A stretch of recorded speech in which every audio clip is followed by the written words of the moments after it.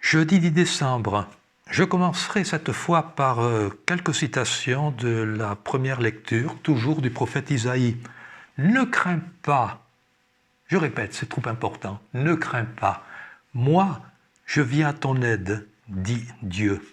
Ou bien encore un peu plus loin, moi, le Seigneur, je les exaucerai, moi, le Dieu d'Israël, je ne les abandonnerai pas. La main du Seigneur a fait cela. Isaïe reprend les thèmes antérieurs, notamment ceux du lundi, toujours pareil, la toute-puissance de Dieu et, en contrepartie, la confiance que doit éprouver l'homme. Dieu nous aide et nous en parlions déjà hier. Avec l'aide de Dieu, l'homme est capable de tout. Tu réduiras les collines en menu paille, tu les vanneras, un souffle les emportera, etc., etc. Rien n'est impossible à Dieu. On pourrait dire aussi que rien n'est impossible à l'homme si l'homme sait mettre sa confiance en Dieu. Je les exaucerai. Je voudrais souligner ce verbe. Cela suppose effectivement une prière de demande, de supplication, faite dans la confiance et l'humilité.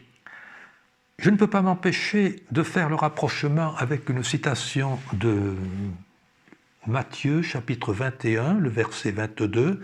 « Tout ce que vous demanderez dans la prière avec foi, vous le recevrez. » Et bien précisément, dans nos prières, sachons demander avec foi, mais aussi sachons, bien sûr, rendre grâce.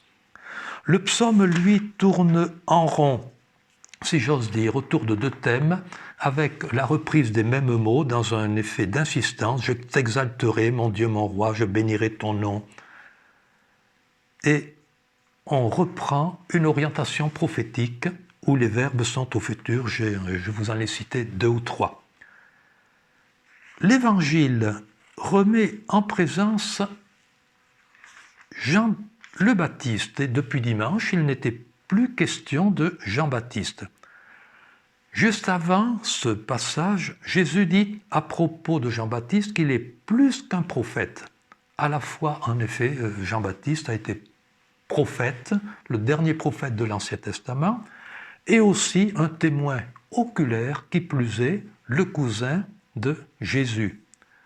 Jean-Baptiste est à la fois grand et petit. Cela peut sembler contradictoire. Grand par rapport aux prophètes de l'Ancien Testament, mais petit par rapport aux plus petits du royaume des cieux. Pourquoi ? Eh bien parce que le royaume est en construction. Le plus petit, Jean-Baptiste, est le plus petit dans le royaume des cieux et plus grand que lui. Lui étant bien sûr Jean-Baptiste. Le texte s'achève par « Celui qui a des oreilles, qu'il entende ».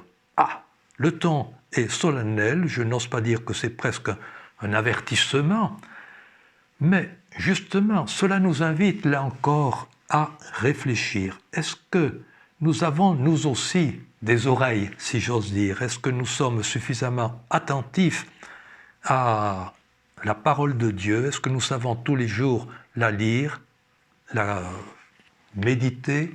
Est-ce que nous avons aussi suffisamment d'humilité pour prier, pour demander avec foi, avec confiance? Et nous pouvons nous interroger justement sur notre attitude quotidienne la plus simple, la plus ordinaire, la plus concrète. On peut très bien prier comme l'Évangile le dit ailleurs, dans sa chambre, la porte fermée, voilà, face à un crucifix par exemple. Et l'Esprit Saint nous parlera dans le silence de notre cœur, n'en doutons pas.